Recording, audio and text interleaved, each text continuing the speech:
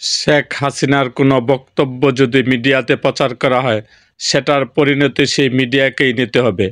আজ বুধবার বিকালে সামাজিক যোগাযোগ মাধ্যমে ফেসবুকে বৈষম্য বিরোধী ছাত্র আন্দোলনের ভেরিফাইড পেজে একথা বলা হয়েছে। এতে লেখা হয়েছে, খুনি গণহত্যাকারী ফ্যাসিস্ট হাসিনার কোনো বক্তব্য যদি মিডিয়াতে প্রচার করা হয়, সেটার পরিণতি সেই মিডিয়াকেই নিতে হবে। একই কথা বলেছেন বৈষম্য বিরোধী ছাত্র আন্দোলনের আহ্বায়ক হাসনাত আবদুল্লাহ। ৫ আগস্টের পর শেখ হাসিনা ও ছাত্রলীগ চ্যাপ্টার ক্লোজড। এই মন্তব্য করে তিনি বলেছেন, শেখ হাসিনা ও ছাত্রলীগ প্রসঙ্গ এদেশে আর নেই।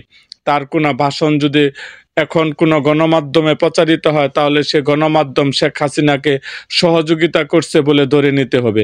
সুশীলতাকে ছুঁড়ে ফেলে দেওয়া হয়েছে বলে গণঅভ্যুত্থান হয়েছে। হাসিনার প্রশ্নে কোনো সুশীলতা নয়। আজ বুধবার রাজধানীর বাংলা মোটর বৈষম্য বিরোধী ছাত্র আন্দোলনের কার্যালয়ে সংবাদ সম্মেলনে তিনি একথা বলেন। জাতীয় নাগরিক কমিটি ও বৈষম্য বিরোধী ছাত্র আন্দোলনের আপনার চোখে নতুন বাংলাদেশ শিরোনামে এক জনমত কর্মসূচির চালুর প্রসঙ্গে এ সংবাদ সম্মেলন অনুষ্ঠিত হয়। গণমাধ্যমের উদ্দেশ্যে হাসনাত বলেন, মিডিয়ায় এখনো দেখি বাসুরের নাম মুখে নিতে কেমন যেন লাগে।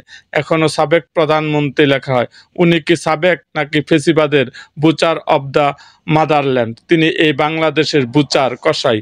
তিনি চেয়ার টিকে রাখতে ২,০০০ মানুষকে হত্যা করেছে। কেন মিডিয়াতে ফেসিবাদী খুনি হাসিনা লেখা হয় না?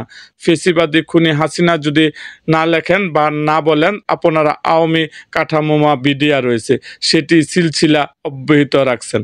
তিনি বলেন, ৫ই আগস্টের পর ফেসিবাদ বিরোধী যে দলগুলো আছে তাদের সঙ্গে আমাদের মতের পার্থক্য হবে, রাজনৈতিক পার্থক্য হবে, বিভাজন থাকবে, কিন্তু এক জায়গায় স্পষ্ট, হাসিনা ও ফেসিবাদের পুনর্বাসন কোনোভাবেই এদেশে হতে দেওয়া হবে না।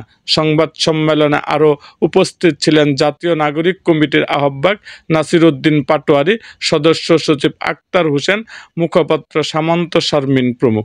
এরকম আরও ভিডিও পেতে এবং রাজনৈতিক অঙ্গনের নানা ঘটনা ও ইতিহাস জানতে আমাদের মুক্তাগাছার ইতিহাস মিডিয়া ইউটিউব চ্যানেলটিকে সাবস্ক্রাইব করুন এবং পাশে থাকা বেল আইকনটি বাজিয়ে দিন।